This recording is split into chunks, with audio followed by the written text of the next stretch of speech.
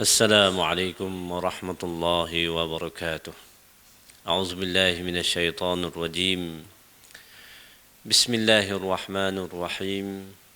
الحمد لله رب العالمين، وبه نستعين، والصلاة والسلام على رسول الله الأمين سيدنا وحبيبنا ومولانا محمد وعلى آله وصحبه ومن دعا بدعوته واستنى بسنته إلى يوم الدين. سبحانك لا علم لنا إلا ما علمتنا إنك أنت العليم الحكيم. ولا حول ولا قوة إلا بالله العلي العظيم. أما بعد. Sidang penonton yang dihormati sekalian, Alhamdulillah, pertama kalinya kita panjatkan setinggi-tinggi kesyukuran kepada Allah Subhanahu wa taala pada pagi ini dapat bersama-sama sekali lagi dalam program Perlis Mengaji dan usaha kita untuk memahami din Allah Subhanahu wa taala. Memahami apa sahaja ajaran yang terdapat di dalam Al-Quran Karim dan juga sunnah-sunnah Nabi sallallahu alaihi wasallam. Moga-moga Allah Subhanahu wa taala memberi keberkatan kepada kita. Dan inilah satu-satunya panduan dan juga cara hidup kita. Wa man yabtaghi ghairal islami dina falan yuqbala minhu wa huwa fil akhirati minal khasirin. Maknanya, kalau siapa yang mencari selain daripada Islam, mencari selain daripada Islam sebagai agamanya, sebagai panduan kehidupannya, maka sudah pastilah dia tidak diterima oleh Allah Subhanahu wa taala. Dan ia termasuk dalam golongan orang-orang yang rugi dunia dan juga akhirat. Sidang penonton yang dihormati sekalian, pada pagi ini kita akan membincangkan satu tajuk yang cukup mulia, satu tajuk yang insya-Allah merupakan satu memberi nilai yang amat tinggi bagi seorang individu muslim dan juga mukmin. Iaitu tajuk yang berkaitan dengan sifat pemaaf. Sifat pemaaf ini terutamanya kita hari ini, hari yang ke-7 Syawal. Dalam bulan Syawal ini dan juga bulan-bulan yang lain adalah amat digalakkan untuk kita saling memaafkan antara satu sama lain, terutamanya yang melibatkan unsur kezaliman, kesalahan, kesilapan dan seumpama dengan dia. Sidang penonton yang dihormati sekalian, perkataan maaf dalam bahasa Melayu yang kita gunakan itu adalah daripada perkataan bahasa Arab. Daripada perkataan bahasa Arab. Arab panggil al-afu. Al-afu. Dan perkataan afu ataupun maaf ini, sidang penonton yang dihormati sekalian, asal maknanya adalah tarkul mu'akhadah bizzam. Itu asal perkataan maaf ataupun al-afu. Iaitu kita meninggalkan, kita tak ambil kira ataupun kita tidak maknanya membalas balas kejahatan yang orang buat kepada kita ataupun kesilapan yang orang buat kepada kita, maka kita tak balas. Itu adalah suatu disebut sebagai al-afu. Kita maafkan dia. Dan sebelum kita lanjutkan perbincangan, sifat al-afu ini adalah sifat tambahan. Maksud saya tambahan adalah dia bukan satu perkara yang wajib. Dia bukan satu perkara yang wajib. Dia adalah satu sifat yang cukup baik. Dan kalau kita tidak bersifat pemaaf, dia bukan satu perkara yang dosa. Allah Subhanahu wa taala menyebut, wa jazaa'u sayyi'atin sayyi'atun mithluha faman 'afa wa aslaha fa ajruhu 'ala Allah innahu la yuhibbudz zalimin. Jadi maknanya Allah kata balasan satu perkara yang tidak baik itu adalah perkara yang sama. Dan siapa yang memberi maaf dan juga dia memperbaiki, menunjukkan amalan yang baik, maka ganjarannya adalah di sisi Allah Subhanahu wa taala, dan Allah Subhanahu wa taala tidak suka kepada orang yang zalim. Jadi mudah cerita sidang penonton sekalian, bila orang menzalimi kita, jadi ini hak kita, sama ada kita nak maaf ataupun kita tidak memaafkan. Itu hak kita. Siapa yang tidak memaafkan, dia bukan berdosa. Dia tak berdosa, dia tak maafkan.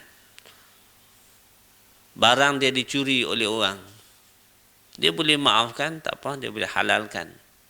Tapi kalau dia tidak maafkan, itu hak dia juga. Dia tidak maafkan. Cuma yang kita nak sebut pada pagi ini, secara umumnya dia adalah sifat yang maknanya yang terbaik.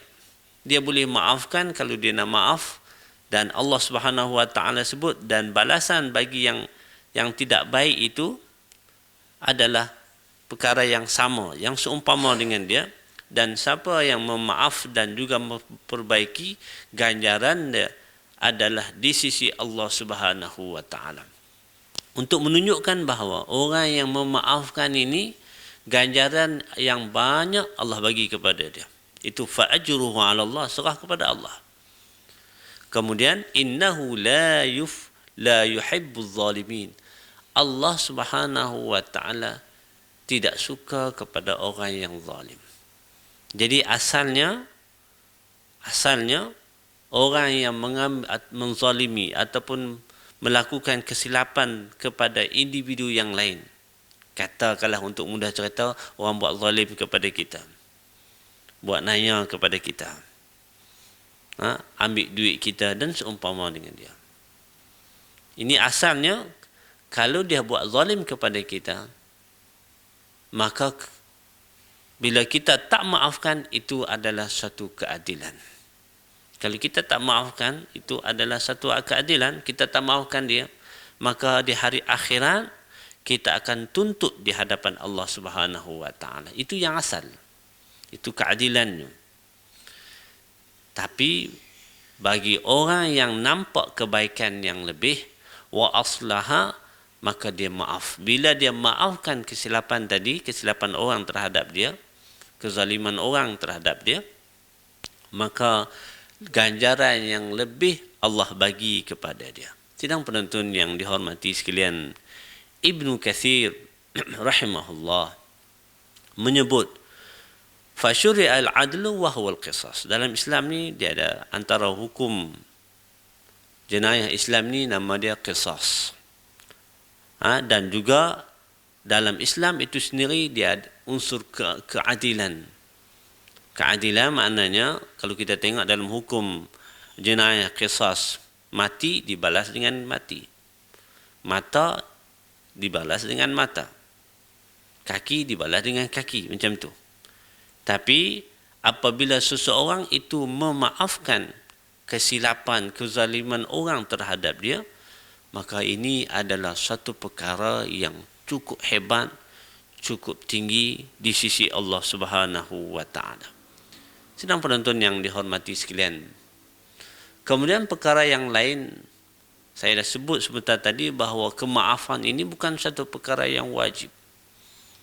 Bukan satu perkara yang wajib, maknanya kita kena maafkan orang, tak semestinya. Dan bila adakah perlu kita maafkan, sentiasa memaafkan orang? Sidang penonton yang dihormati sekalian, Allah Subhanahu wa taala menjelaskan kepada kita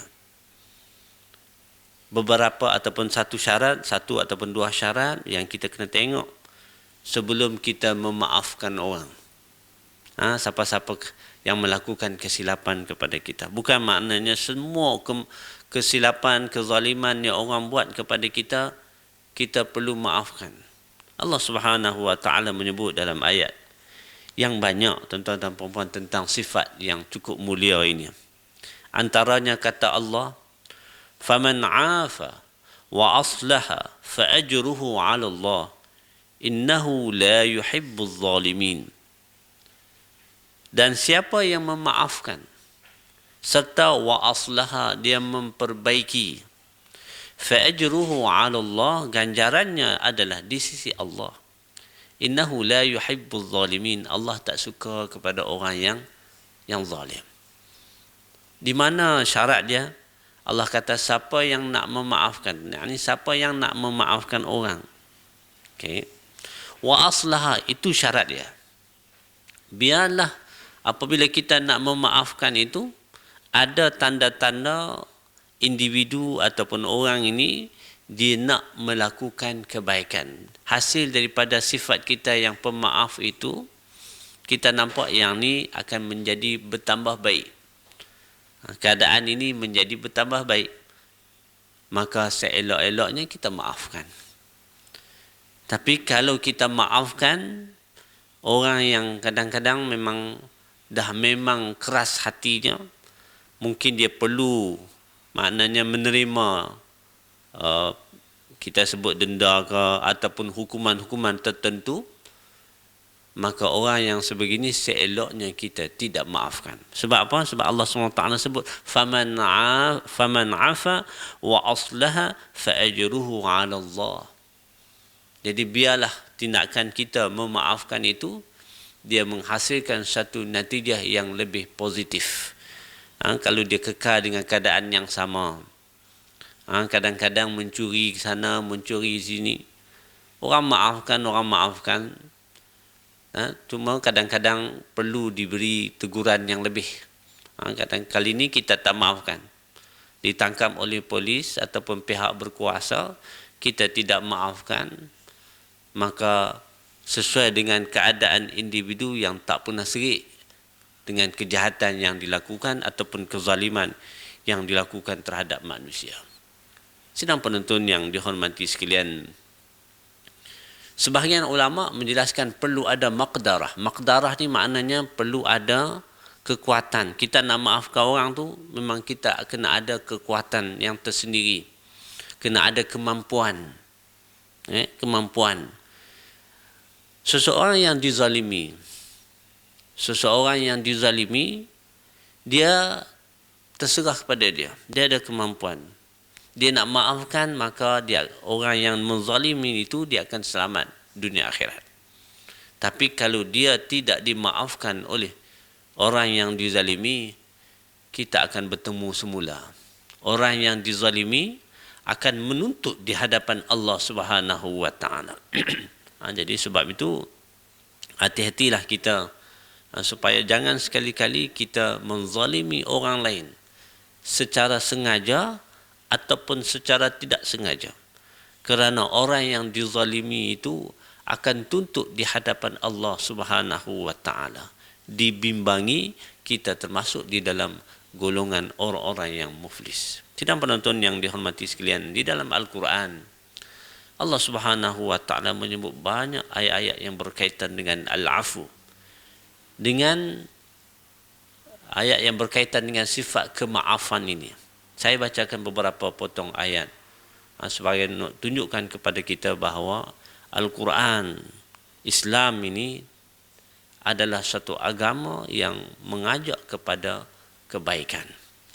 Khuzil afwa wa'mur bil 'urfi wa'rid 'anil jahilin, kata Allah Subhanahu wa taala. Ambillah kemaafan. Wa'mur bil 'urfi, suruhlah melakukan perkara-perkara yang baik dan jauhi daripada orang-orang yang jahiliyah, yakni orang-orang yang jahilin.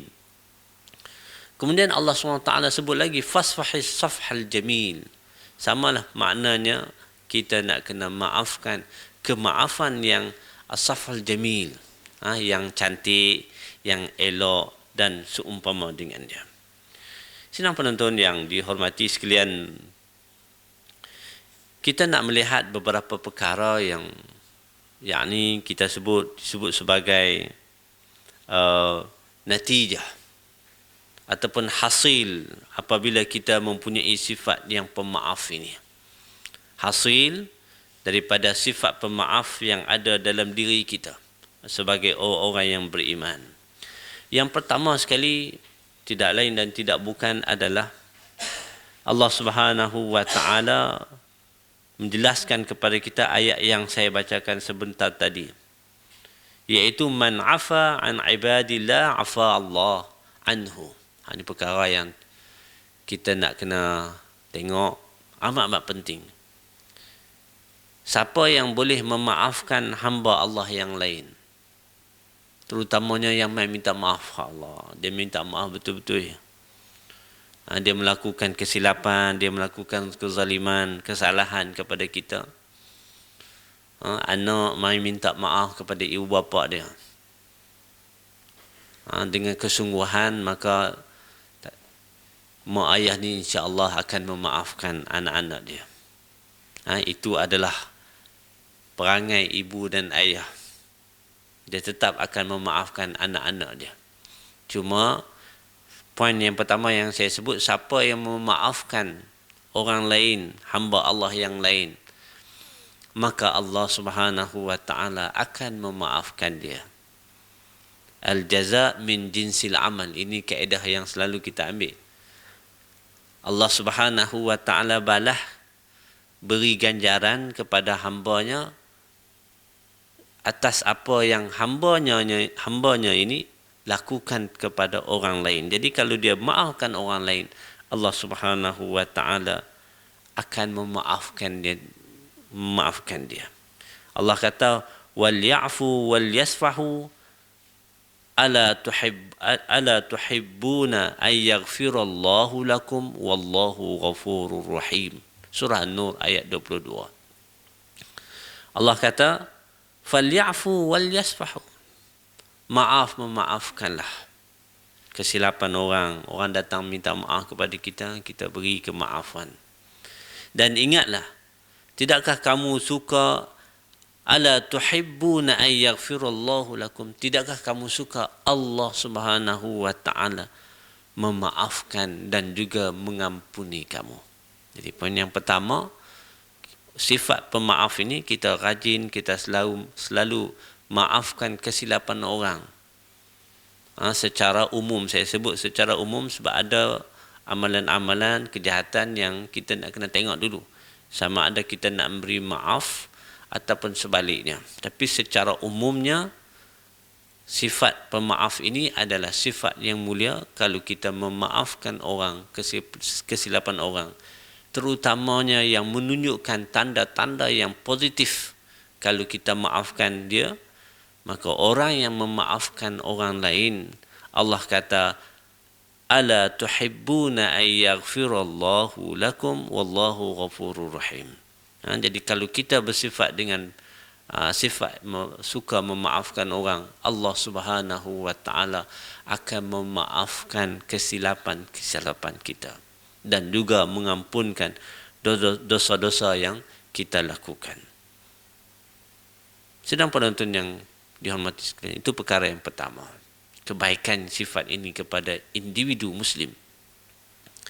Kemudian yang keduanya adalah apabila kita bersifat dengan sifat pemaaf ini, apabila kita bersifat dengan sifat pemaaf ini, maka kita telah menguasai diri kita dan juga kita telah mengalahkan musuh Allah, musuh kita sebagai orang yang beriman, iaitu syaitan. Orang yang bersifat dengan pemaaf, sanggup memaafkan orang, maka dia telah menguasai diri dia dan juga telah mengalahkan iblis dan syaitan. Kerana hawa nafsu dan iblis ini, dia suka untuk melakukan syiqaq bainal muslimin. Dia suka mewujudkan permusuhan, perkelahian, pergaduhan, masam muka di kalangan masyarakat, di kalangan adik-beradik. Jadi itu sifat dia, itu tugas dia untuk maknanya syaitan ini atau iblis syaitan ini, tugas dia, antara tugasnya adalah untuk mewujudkan permusuhan di kalangan adik-beradik. Adik-beradik pun kadang-kadang bermasam muka. Adik-beradik kandung ni, abang dengan adik, dengan kakak dan seumpama dengan dia.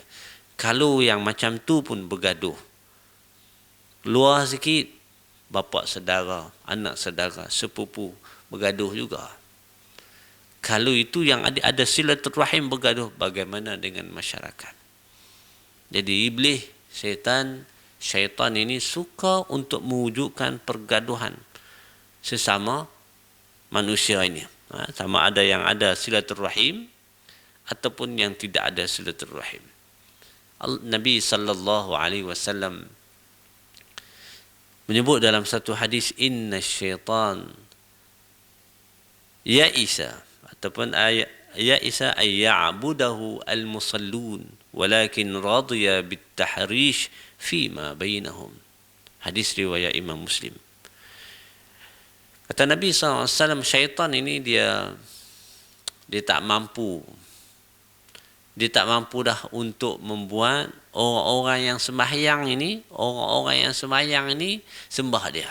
Maknanya dia nak menyesatkan orang-orang yang solat. Orang yang solat ni, yang jaga waktu sembahyangnya, nak tarik mereka supaya mereka ni sembah syaitan, sembah iblis. Yang tu dia dah putus asa lah. Dia tak mampu nak buat. Hak tak sembahyang, hak tu tak tahu. Hak Nabi SAW sebut adalah orang yang sembahyang, jaga waktunya 5 waktu, insya-Allah syaitan ini dia tak mampu nak buat apa dah kepada orang sebegini. Dia cukup tak suka orang yang sembahyang. Walakin radiya bit-tahrish fima bainahum. Tapi dia ada satu lagi peluang untuk menghancurkan orang sembahyang ni. Untuk menyesatkan orang yang sembahyang. Untuk menjadikan orang sembahyang ni makin jauh. Apa dia? Iaitu bit-tahrish fima bainahum.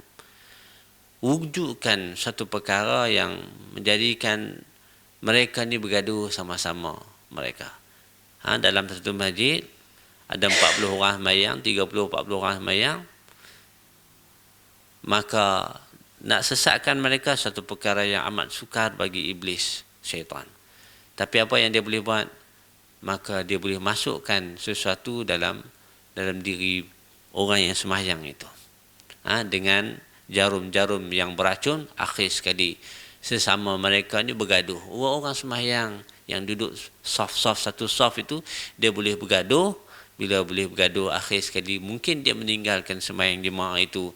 Ini peluang syaitan untuk menyesatkan anak Adam. Sidang penonton yang dihormati sekalian. Jadi sebab tu orang yang memaafkan orang lain ini, maka dia sebenarnya mentautkan ataupun menautkan hati-hati orang beriman dan dijauhkan sifat-sifat permusuhan dan seumpama dengannya. Sidang penonton yang dihormati sekalian, hal ini perlu kita jaga. Terutamanya kita sedang menyambut kita kata Syawal ini. Bagi orang kita ni raya ni lama, tak ada masalah bab itu. Yang penting kita hiasi dengan nilai-nilai yang positif. Antara kita memaafkan antara satu sama lain. Dan kita sendiri pun kadang-kadang melakukan kesilapan, kesalahan, kezaliman yang mungkin kita tidak sedar. Maka yang terbaiknya adalah kita minta maaf kepada mereka yang telah kita lakukan kesilapan kepada mereka. Moga-moga Allah Subhanahu wa taala menyatukan hati-hati orang-orang yang beriman ini. Itu perkara yang kedua. Perkara yang ketiga, sidang penonton yang dihormati sekalian. Al-afu ihsan 'ala an-nafsi wa ihsan 'ala ghairi. Orang yang sifat pemaaf ni, dia ihsan kepada jiwa dia ihsan kepada orang lain. Itu dia punya point dia. Kita ihsan kepada diri kita dan juga kita ihsan kepada orang yang lain. Bila kita ihsan kepada diri kita, kita ihsan kepada orang yang lain. Kita kesian, belah kasihan. Ihsan ini sebenarnya bukanlah belah kasihan. Ihsan dia ada maknanya yang tersendiri, kebaikan yang amat sangat. maka innallaha yuhibbul muhsinin. Allah Subhanahu wa taala sebut dalam Quran cukup banyak, iaitu Allah suka kepada orang-orang yang ihsan ini. Allah Subhanahu wa taala suka kepada orang-orang yang ihsan. Itu perkara yang ketiga. Perkara yang keempat, sekiranya kita dalam satu peristiwa ataupun dalam satu kes, orang melakukan kesilapan kepada kita, kezaliman kepada kita. Katalah dia ambil duit kita RM10. RM10 kita tak maafkan. Sidang penonton yang dihormati sekalian, hal ini akan timbul di hadapan Allah Subhanahu wa taala pada hari akhirat kelak. Saya tak maafkan dia RM10, maka RM10 ini Allah Subhanahu wa taala akan ganti balik pada hari akhirat, hari yang tidak ada nilainya wang ringgit. Maka diberi kebaikan orang yang melakukan kesilapan tadi, kezaliman tadi kepada orang yang dizalimi, dengan ganjaran yang maha adil daripada Allah Subhanahu wa taala. Banyak kebaikan, banyak. Itu kalau kita tak maafkan. Kalau kita maafkan kesilapan dia, maka sudah pastilah dia ada tambahan daripada, lebih banyak daripada apa yang dia akan dapat sekiranya dia tidak maafkan. Itu maksud saya. Jadi kalau kita tak maafkan pun tidak ada masalah. Kita akan dapat hak kita insya-Allah di hadapan Allah Subhanahu wa taala. Tapi kalau kita maafkan, maka ganjaran Allah Subhanahu wa taala lebih banyak pada hari yang tidak ada gunanya anak pinak, tidak ada gunanya nilai wang ringgit, harta dan seumpama dengan dia. Sedang penonton yang dihormati sekalian, kemudian perkara yang seterusnya ataupun yang kelima, dengan sifat pemaaf atau pemaaf antara satu sama lain ini, Allah Subhanahu wa taala akan angkat kita. Angkat darajat di sisi Allah Subhanahu wa taala. Allah akan angkat kita. Disebut oleh Nabi sallallahu alaihi wasallam, "Wa ma zada Allahu 'abdan bi'afwin illa 'izza." Tidaklah, maknanya Allah SWT tambahkan kepada seseorang hamba itu. Maknanya Allah tak bagi kepada seseorang hamba itu yang sifat dia itu bi'afwin, dengan kemaafan yang dia bagi kepada orang, melainkan Allah tambah apa? Melainkan Allah Subhanahu wa taala tambah dalam diri dia izza, kemuliaan. Kemuliaan, kehebatan di sisi Allah Subhanahu wa taala. Sidang penonton yang dihormati sekalian, kita ambil satu contoh yang disebut di dalam hadis, dalam kitab Riyadhus Shalihin pun ada bab dia, babul afu wal i'rad 'anil jahilin. Hadis yang diriwayatkan oleh Aisyah radhiyallahu anha. Hadis ini agak panjang, saya ambil kesimpulan daripada hadis ini saja. Tuan-tuan boleh rujuk dalam Sahih Bukhari pun ada, dalam Sahih Muslim pun ada. Hadis berkenaan Nabi SAW ditanya, adakah peristiwa yang lebih dahsyat daripada peperangan Uhud ini ya Rasulullah? Akhir sekali Rasulullah cerita bagaimana maknanya Nabi SAW ini ketika mana berdakwah, maka dizalimi. Ketika mana Nabi SAW pergi ke Taif, pergi ke Taif untuk mengajak orang-orang yang Taif ini supaya menyembah Allah Subhanahu wa taala, ajak kepada Islam. Tapi apa yang Nabi SAW dapat? Nabi dapat batu, tapi dapat kayu. Maknanya sampai berdarah tubuh badan Nabi sallallahu alaihi wasallam. Baik. Kemudian datang malaikat, fadadani malakul jibal. Jadi dalam perjalanan balik, Nabi SAW didatangi malaikat yang jaga bab bukit bukau ini. Fasallama alayya, maka malaikat bagi salam kepada aku. Kata Nabi SAW. Kata malaikat, ya Muhammad, inna Allah qad sami'a qawla qawmika laka wa ana malakul jibal. Wa qad ba'athani rabbi ilaika lita'murani ya'muruk. فما شئت إن شئت أطبقت عليهم الأخشبين فقال النبي صلى الله عليه وسلم بل أرجو أن يخرج الله من أصلابهم من يعبد الله وحده لا يشرك به شيئا. Senang penonton yang dihormati sekalian, ini tahap kemaafan yang cukup hebat yang ditunjuk oleh Nabi sallallahu alaihi wasallam. Dizalimi sampai berdarah tubuh badan ini. Kalau tak terima dakwah Nabi SAW tu pun Nabi rasa tak syok dah. Nabi rasa tak seronok orang tolak Islam ini. Ditambah lagi dengan penyiksaan, penindasan, kezaliman terhadap tubuh badan Nabi SAW. Jadi bila Nabi pulang, malaikat Allah utuskan malaikat Jibril. Jadi malaikat tanya, nak buat apa? Ikut perintah Nabi. Ikut perintah Nabi. Kalau nak bubuh atas kepala mereka ni bukit pun boleh. Nak letakkan, maknanya terbalikkan bumi ini. Kerana kezaliman yang mereka buat. Kalau kepada kita ni tak tentulah. Mungkin kita akan buat. Sebab orang buat nayang kepada kita sampai berdarah ni. Tapi Nabi SAW kata Nabi tak beri kebenaran, maknanya balasan kepada ahli Taif. Bahkan Nabi berdoa moga akan keluar daripada tulang rusuk, maknanya generasi yang selepas ini mereka yang menyembah Allah, tidak mensyirikkan Allah Subhanahu wa taala dengan sesuatu. Ini kemaafan yang cukup hebat. Sebab Nabi mampu untuk balas.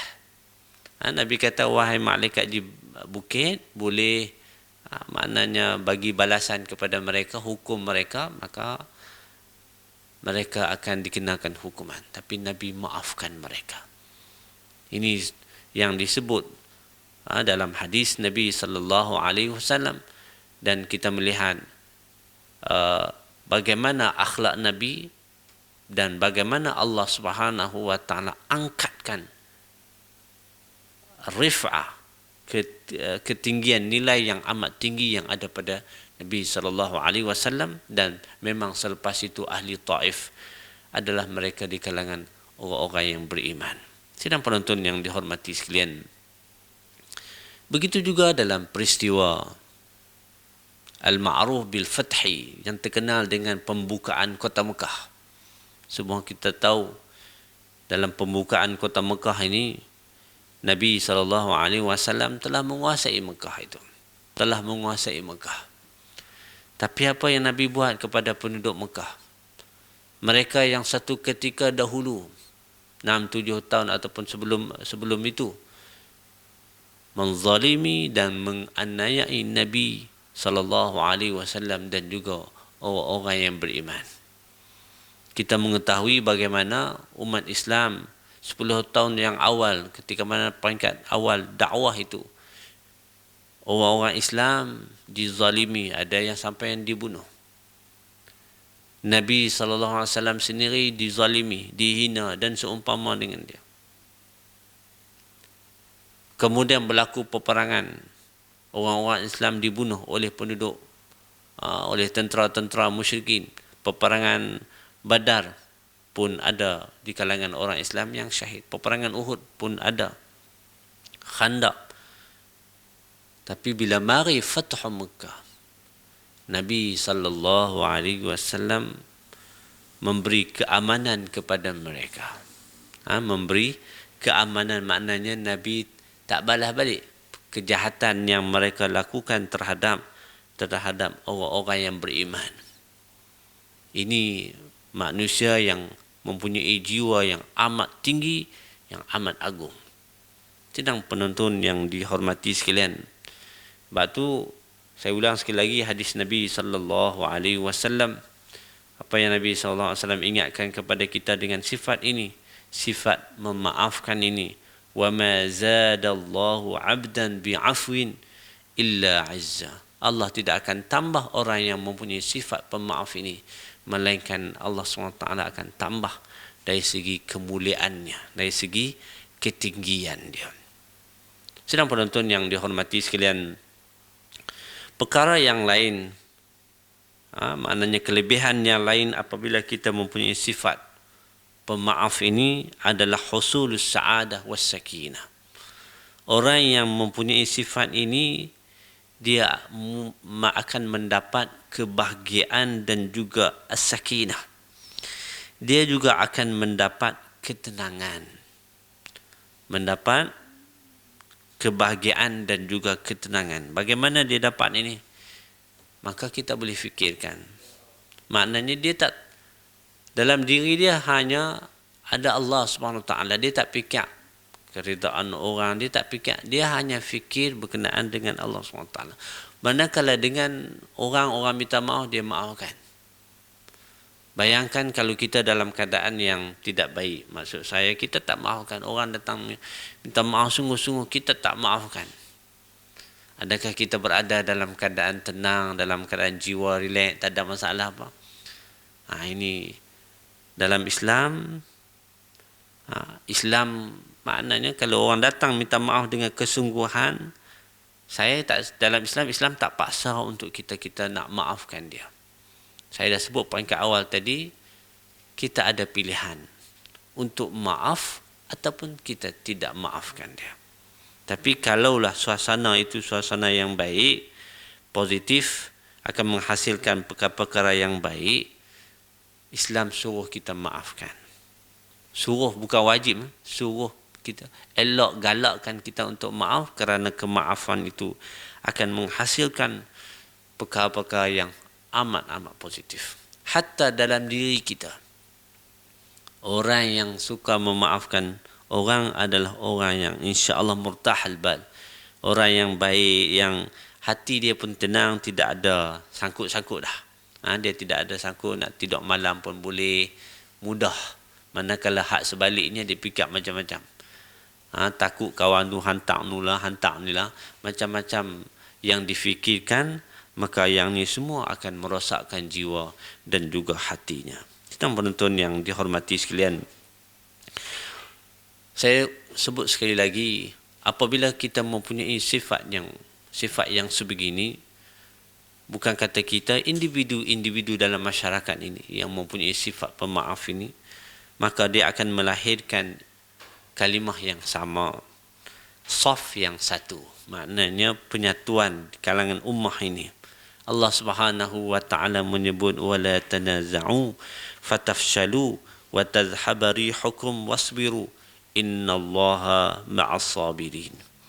Maknanya apabila kita mempunyai sifat yang sebegini, individu, bukan seorang dua dah, maknanya masyarakat, maka insya-Allah akan lahir di kalangan masyarakat ini satu penyatuan. Sebab tu Allah kata wala tanaza'u fatafshalu wa tadhhaba rihukum. Jangan kamu bertengkar, jangan kamu bergaduh, jangan kamu melakukan perkara-perkara yang maknanya boleh berkelahi lah, kita sebut bergaduh, percanggahan yang dahsyat ini, maka fatafshalu wa tadhhaba rihukum, kamu akan gagal dan akan hilang sum'ah kamu, akan hilang kekuatan umat Islam akibat pergaduhan, akibat tidak ada sifat, terlalu kurang sifat pemaaf ini. Wasbiru, Allah SWT pesan kepada kita, sabarlah, innallaha ma'as sabirin, sesungguhnya Allah Subhanahu wa taala bersama dengan orang yang sabar. Sidang penonton yang dihormati sekalian, contoh satu pun di dalam Quran, kita apabila kita membaca, terdapat satu surah nama dia surah Yusuf, cerita tentang Nabi Allah Yusuf alaihissalam. Nabi Allah Yusuf alaihissalam, apabila kita menerusi kisah baginda alaihissalam, kita akan dapati bahawa Nabi Yusuf ini memang dizalimi oleh abang-abang dia.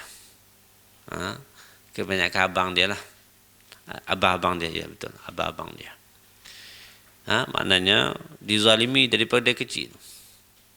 Tapi di hujung kisah Nabi Allah Yusuf, apabila dah besar dewasa ini, kisah di Mesir itu, maka Nabi Allah Yusuf alaihissalam boleh memaafkan kesilapan abang-abang dia. Abang-abang baginda.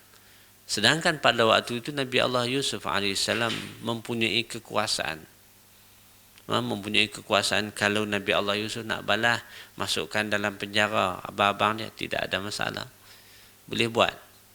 Tapi Nabi Allah Yusuf, seperti mana Nabi-Nabi yang lain, para Rasul yang lain, mempunyai ketinggian dari segi sifat ini, maka baginda alaihissalam telah memaafkan. Baginda alaihissalam telah memaafkan abang-abang dia. Sidang penonton yang dihormati sekalian, itu adalah beberapa perkara yang berkaitan dengan sifat al-afu, sifat kemaafan ini. Nabi SAW juga sebut dalam hadis-hadis yang lain, banyak sila rujuk hadis-hadis yang berkenaan dengan al-afu ini. Kadang-kadang Nabi ini ditunjuk, maknanya diberi perlakuan yang tak baik, terutamanya di kalangan Arabi, di kalangan orang Arab Badui ini. Tapi Nabi SAW tak kisah. Nabi tak kisah, Nabi maafkan perbuatan-perbuatan mereka. Dan Nabi ingatkan juga kepada kita. Kata Nabi SAW, "Laisa syadidu bisur'ah, innama syadid alladhi yamliku nafsahu 'inda al-ghadab." Hadis riwayat Imam Bukhari dan juga Imam Muslim. Iaitu kata Nabi, bukanlah yang kata kemah, yang kata kuat, yang kata apa lagi, yakni syadid, nak tunjuk kita ni hebat, bisur'ah, dengan kita gaduh. Sur'ah ni tunjuk yang kita ni kuat di segi tubuh badan terutamanya. Tapi kata Nabi, innamas syadid allazi yamliku nafsahu 'inda al-ghadab. Mereka yang menguasai, yakni dapat kontrol diri dia, 'inda al-ghadab, ketika mana dia marah. Jadi maknanya kadang-kadang bila kita bersifat marah ni, kita tak mau maafkan orang. Kita tak maafkan orang pasal kita dalam keadaan yang macam itulah, dizalimi. Tapi Nabi SAW ingatkan kepada kita, orang yang hebat itu adalah orang yang dapat kontrol diri dia, indal ghadab, ketika mana dia rasa dia marah. Dan juga apabila kita dizalimi, kemudian kita mampu untuk melakukan balas ataupun tindak balas, tapi kita boleh kontrol. Orang yang macam ni yang Nabi sebut sallallahu alaihi wasallam sebagai innamas syadid allazi yamliku nafsahu 'indal ghadab. Dia dapat kontrol diri dia. Dia dapat kontrol diri dia. Sidang penonton yang dihormati sekalian, satu hadis lagi yang mungkin berkaitan dengan kisah Nabi memaafkan penduduk Taif yang menzalimi baginda. Iaitu ketinggian, bukan sekadar memaafkan mereka.